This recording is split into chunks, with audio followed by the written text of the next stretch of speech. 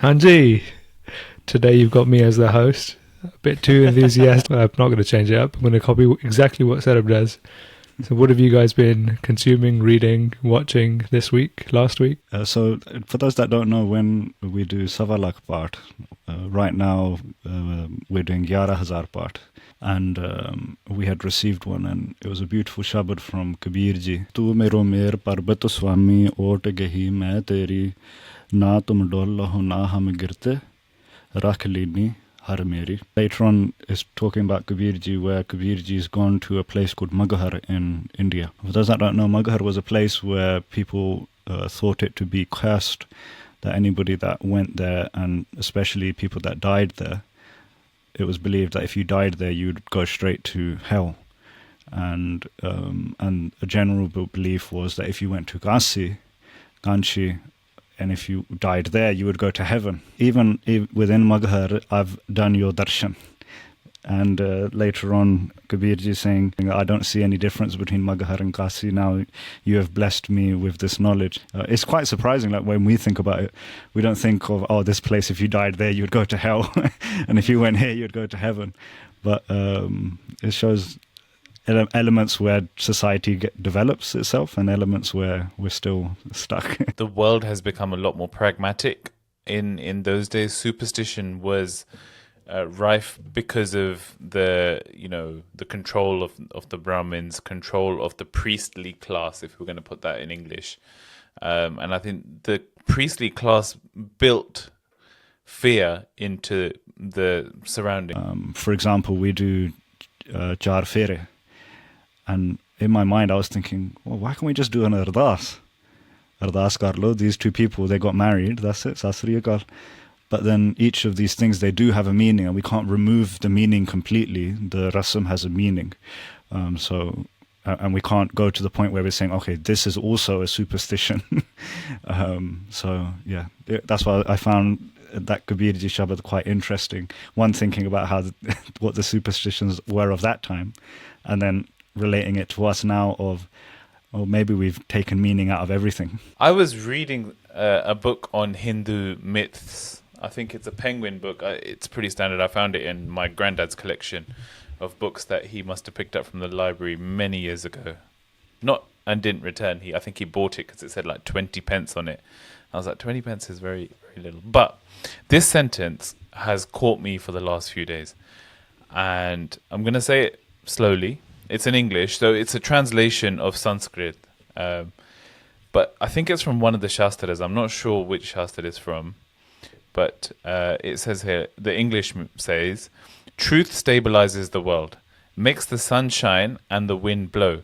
Truth establishes well everything in life. If you root everything in truth, if you root your life in truth and always strive to stay in truth, always a positive thing. I think that's almost like a metaphor for, positivity and having a sense of direction and guidance in life. And that sun rising and that sun shining and the wind blowing, it almost gives you... So the sun rising, the sun shining, for me, is your direction. And the wind blowing is a slow push on the journey of life. And if you root yourself in truth, and I find that hard... sometimes you even catch yourself lying to yourself like, yeah, I'll go to the gym tomorrow, or, yeah, I'll do this, or, and you don't actually get to do it. Do you think with truth being such an abstract concept that every religion on this planet right now it is preaching the fact that they know the truth as the absolute truth, and whatever that truth is, that's the path to liberation, or that's the path to becoming a better human being?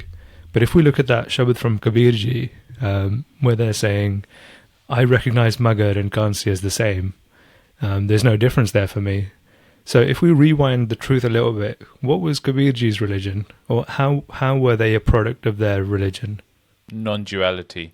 So everything goes back to what Sant Inderjit Singh Ji said in the Bachan. Hindu Anna, Turku Kana, Dohate Gyani Seana. And really the panth of the Gurseks is the panth of becoming a Gyani. And especially for us, I was laughing that when you start tying a gol dastar, gurmukhi dastara, you start having a long flowing beard.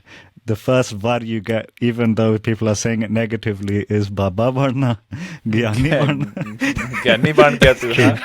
Gyani Varna gaya tu. And it's funny how that happens in our community. What is the nature of that? Those that are spiritually wise, what is the nature of the Gyani? Aap pashane bujhe soy. Okay, they realize who they are from within.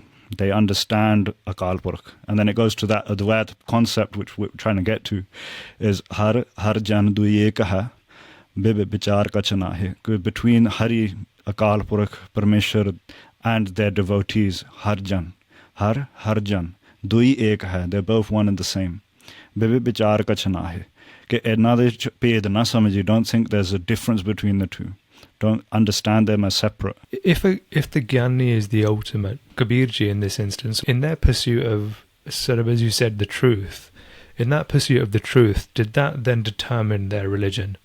And what I mean by that is, that pursuit of the truth, which, what you said, Juan, Har Jandu Eka, the realization that we're separated from this divine ultimate energy, which is the creator, did that then define what their religion was? What I mean by religion is, are we a product of the geography that we're born in? This was quite a foreign concept.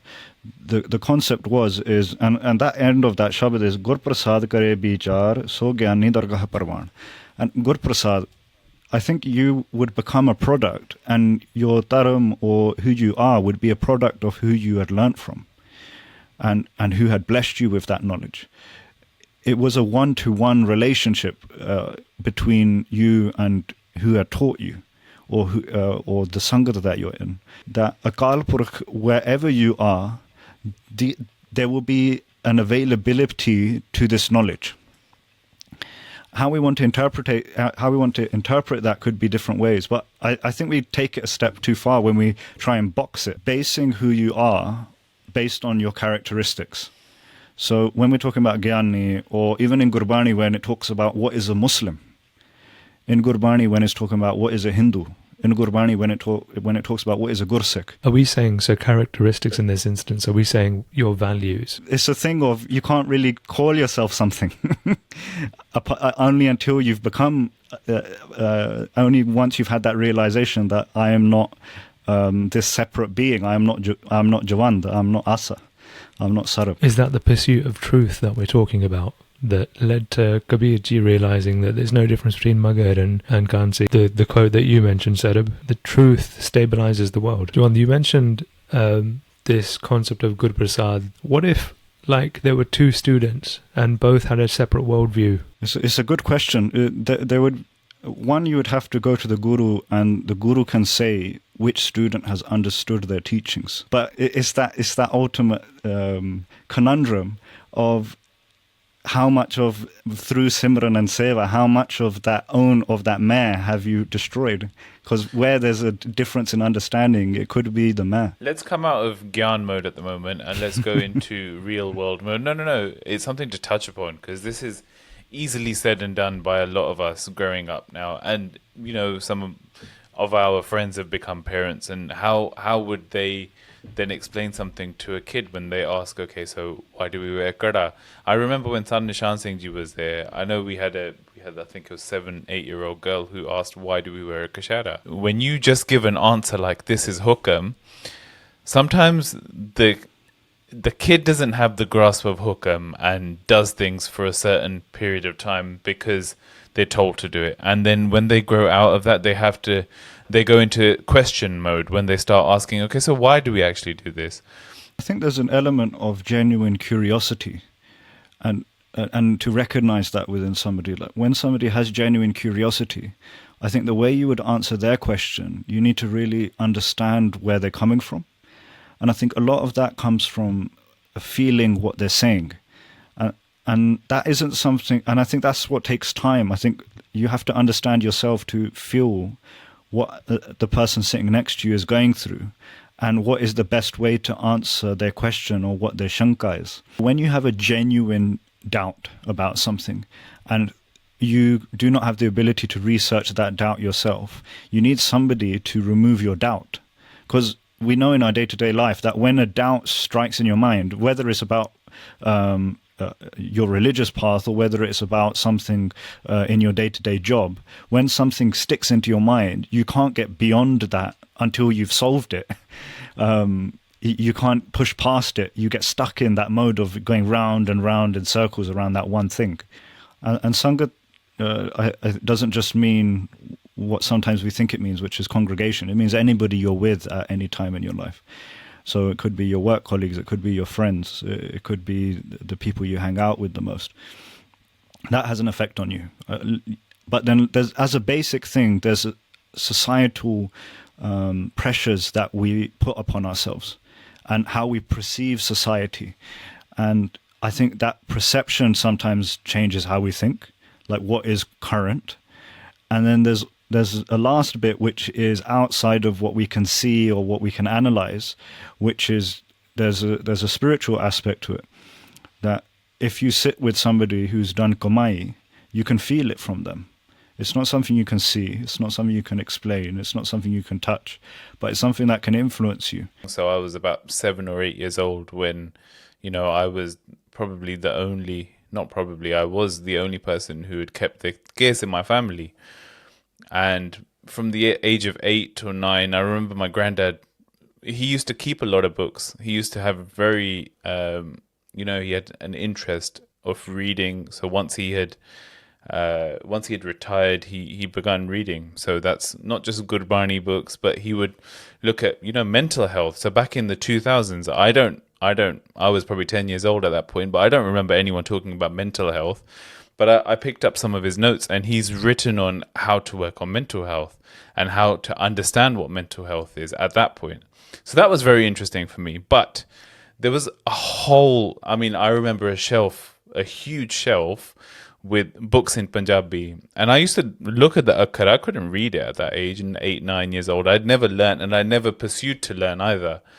But he'd always say to me, well, after I'm gone, these books are all yours. And I always thought, what am I going to do with those books? I can't read Punjabi. I mean, I've not even learned Gurmukhi. I've not understood the fundamentals of this. But then slowly things happen in my life. And not thinking about that side of things, I started going to Punjabi school, learnt a little bit there, a little bit of interest grew, and then I was in my mid-20s and I was able to read it. And those books have come to me. My granddad's still around, but those books are now with me. And it's how you perceive things and who you're around, then influence your environment to go in a certain direction as well, I believe. From 8 o'clock in the morning, I was with my grandparents because both my parents went to work. So I went to my grandparents in the morning. Yeah. So from 8 till about 6, I was always around them, always, looking at what they were doing. So the school that you're in, going back to Pali Paji's, analogy, one of a million analogies, where he's talking about this school that we're in, the school, the language, the uniform, everything else, that is all there as a basic fundamental. So even if one would veer in one way, I mean, you've got that in the Panth right now, right? So you've got a Panth full of Raggis, you've got a Panth full of Pracharaks, you've got a Panth full of, Yodha, Surme, you've got a Panth full of, Paikanayas, Sevapanthis. And all of these people add different facets, but they may share a guru, they may have different outlooks in life, but it's all part of that bouquet, another one of Pali Paji's analogies. Because we believe in the school of thought of reincarnation, that this is one snapshot in a much larger film. And essentially to get to point B, or to get to this non-duality way of living where you're at one with the will of the universe, it could take multiple lifetimes. It could take multiple snapshots. But why? I mean, that doesn't make sense to me. But why? That's just... Then you're going to say that's kid, and then you're going to say that, this is just a raja, and then you just backtrack out of that. It doesn't make sense to me. Why? We spoke about this before, the concept of ragdvek, this understanding that I am separate from my creator. Because of that ragdvek, there's pap and pun, meaning that I am doing good and I'm doing bad, essentially, if we want to really simplify it. When we're in that world, right, when we're in that understanding, because right now, Sadib, if I asked you a question, can you read or connect to another person to the point where you can't see the difference where you start and another person begins? No way. No way. Yeah, we're not there, right? I don't even understand that. For me, you start where you start and you end where you end. You're one entity. Ooh, And within okay, within that one entity, you have your own responsibilities. You're completely separate. So because of that separation, you are responsible. Because of that overall responsibility, you can think of it like this, that you are in a boat that you are the captain of, you're holding the rudders, you're controlling the direction, right? But you are in this ocean that is not under your control. And because you're not in control of that ocean, where the river is destined to take you, where the ocean is destined to take you, depending on things like weather, depending on things like of your control over the boat, are you a good captain or not? How are you controlling those rudders? You can connect these to things in our life how you want to. This is the separation between things that are in our control and aren't in our control. And what we're saying is, and I think what Gurbani is saying, is we want to take a back seat of us being the captain, and we want our guru to come and drive our ship so we can cross this ocean. Not everybody's mind in this life is going to be open to that. This is a mere fact of the nature of some people. There's going to be some people in your life that you're not going to be able to convince. Otherwise, why can I not debate everybody and convince everybody to become one thing? Because we started this whole thing about, the truth being this abstract thing that, and Juan, you mentioned something about your characteristics that you develop in your life, which are more valuable than anything else. So things like compassion and love, and ultimately that's the truth. On this journey that we call Sikhi, the realization of the truth at the end of the tunnel, after however many snapshots it might take, is that ultimately this soul, this body, is a fragment of the Almighty, of the Creator. And at the end of this journey, it's going to become one with the Almighty. It's this ultimate illusion. It's this ultimate param that we have. We're going back to the ultimate thing which we're having an issue with, right? Where I'm saying it's predestined for you to meet your guru. Yeah.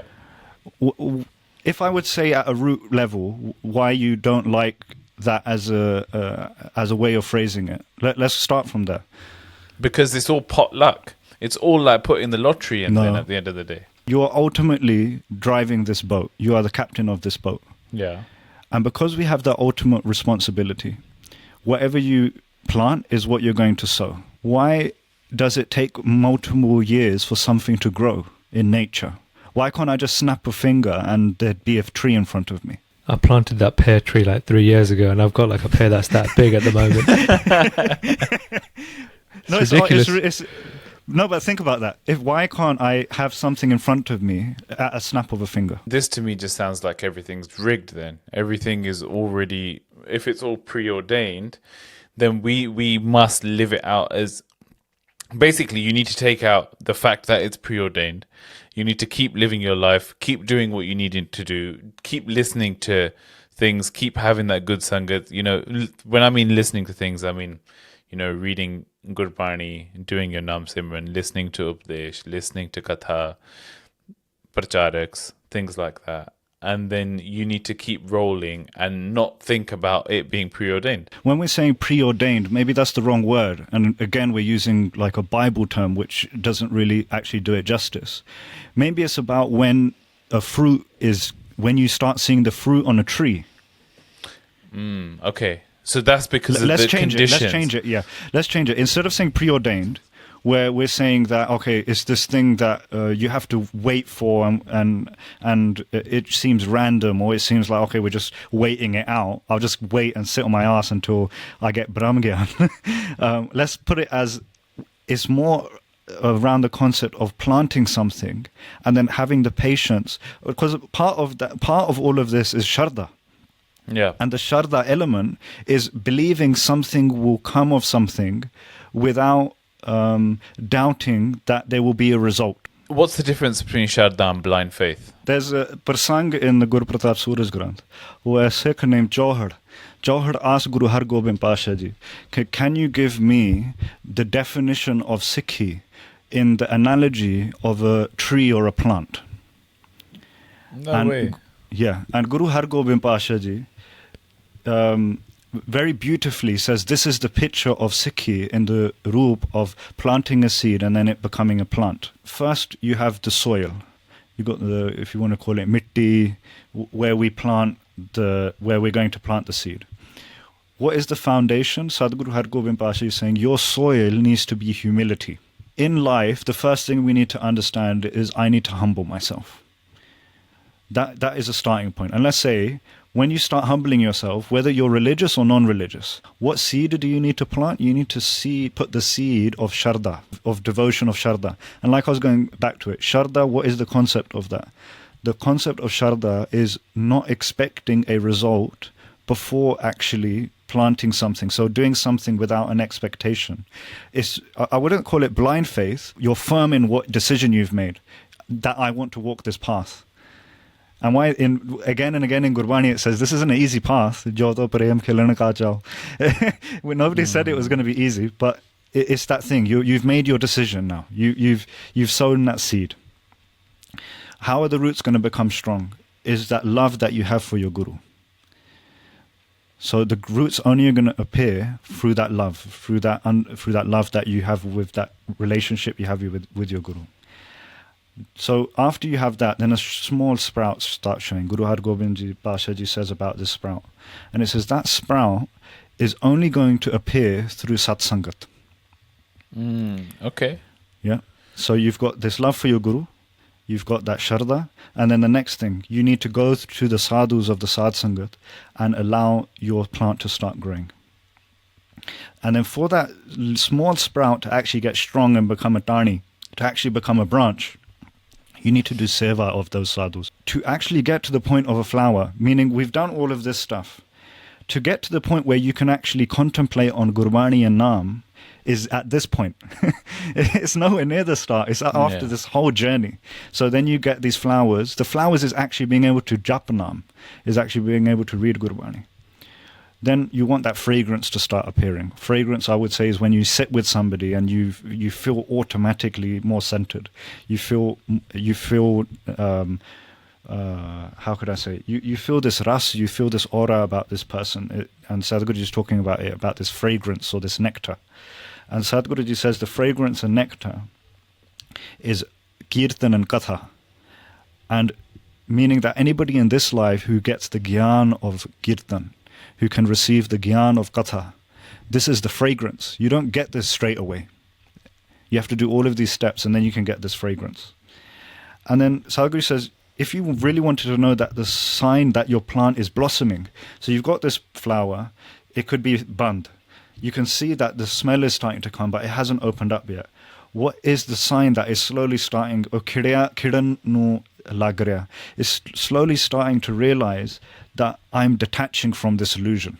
And at the end it says that the ultimate juice and the nectar is when your guru becomes happy with you, that you've gone through all of these steps. And then this guru sees that my Sikh has made an effort and gone through all of these steps, and then the guru does the kirpa, and then you achieve Brahm Gyan and Brahm Anand. And Sadhguruji actually said at the end is this Sikh who actually goes through this process is the ones that I love the most.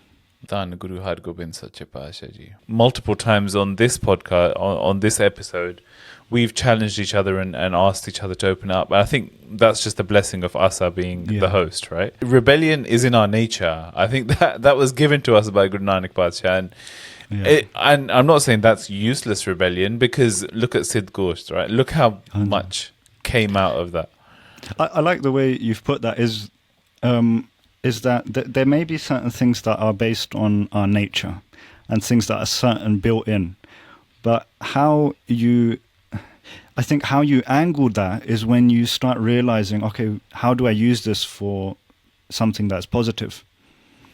Because it's like you're saying. I remember when I was in school and I was I was always the kid that was loud and trying to make jokes and being like the class clown. Yeah.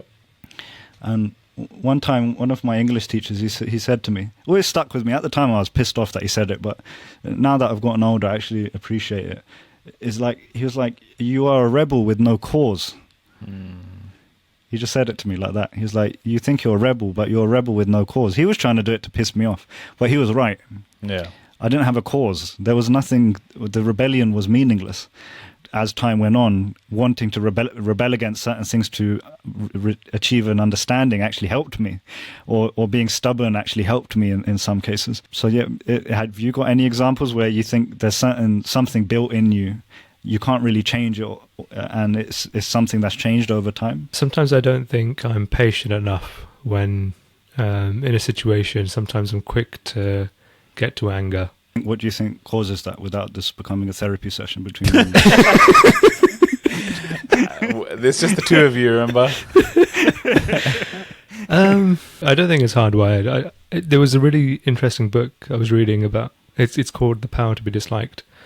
And in there it says anger, for an example, is always used as a hammer.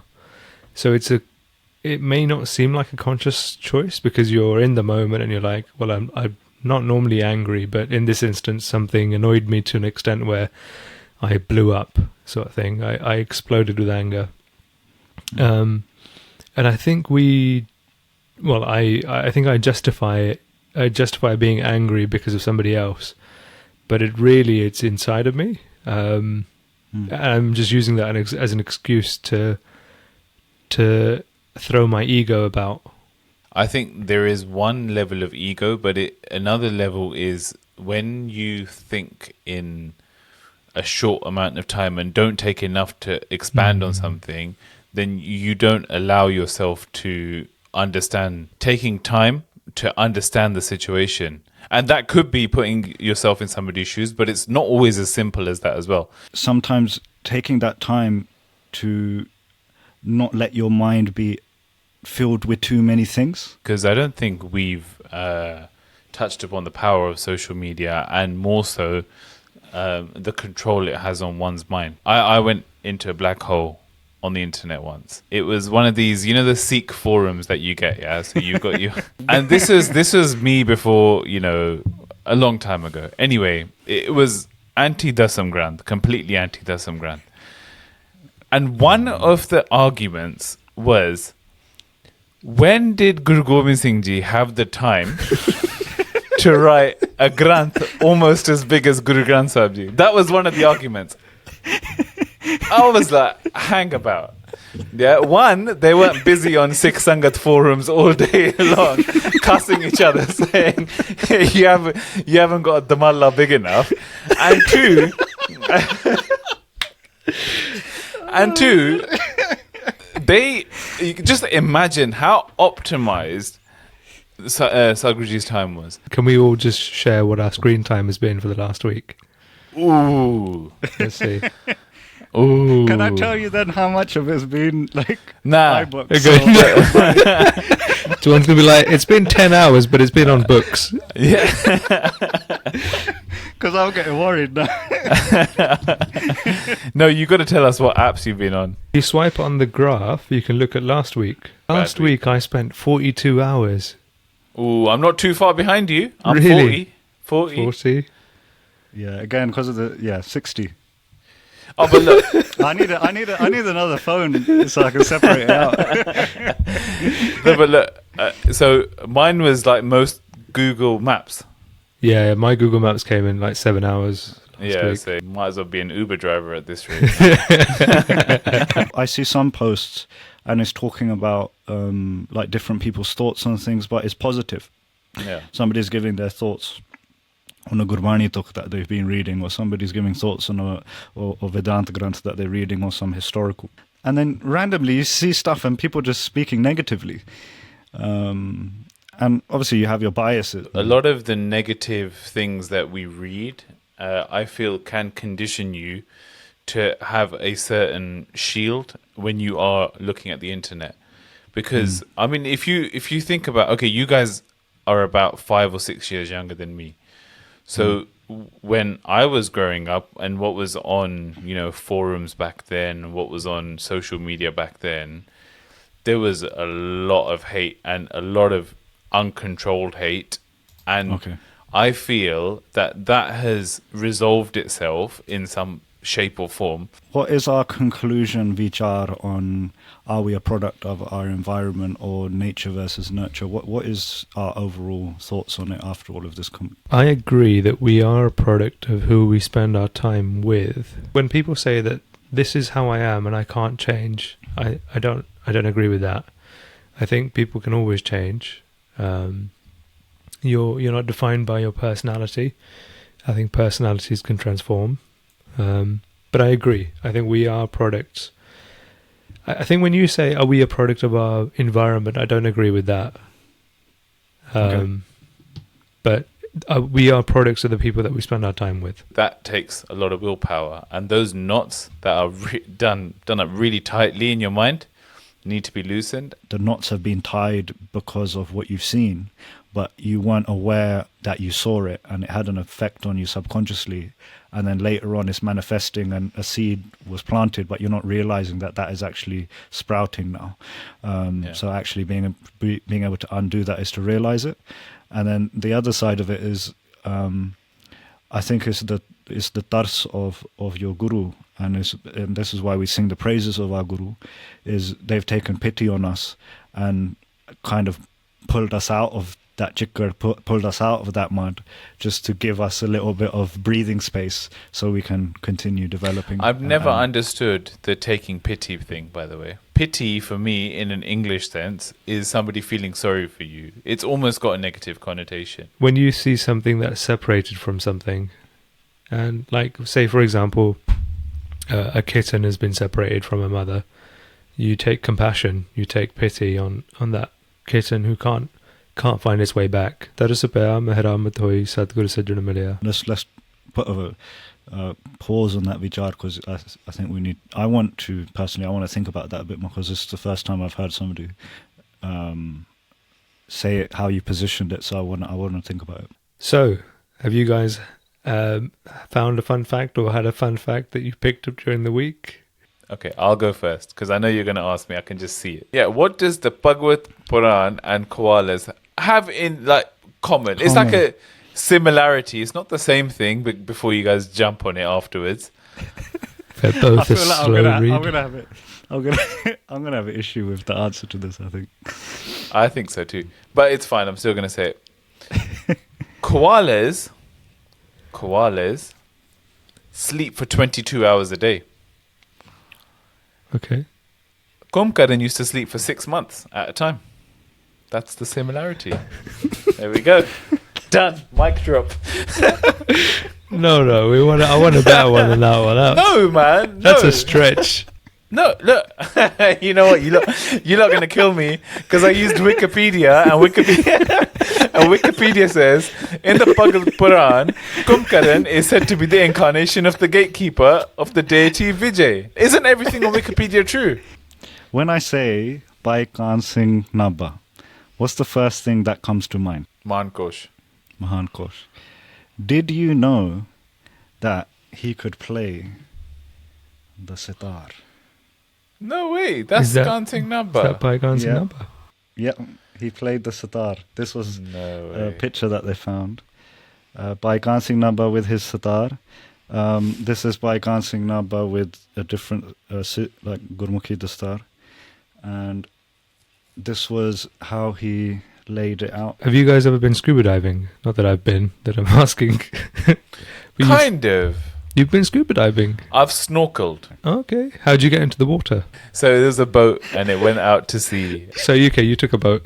Hanji. How did you dive into the water face first or like backwards? No. I went down on a ladder. Oh, okay. Yeah. So scuba divers, when they scuba dive, do you know why they go into the water backwards? Is it something to do with the oxygen in the tank? Oh, that's a good shout. It's a good shout.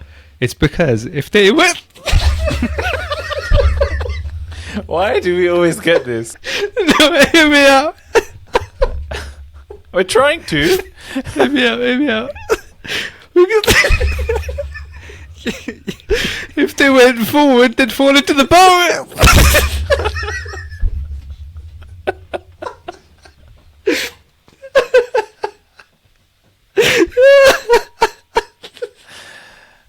Oh man! You know what? You know what? I'm laughing because of your high-pitched noise. No, I think Asa's gonna get a ban from this, man. I think you're gonna get a ban from this segment because this is 2 weeks in a row. When you was about to say the answer, Yeah. you went like this. You went.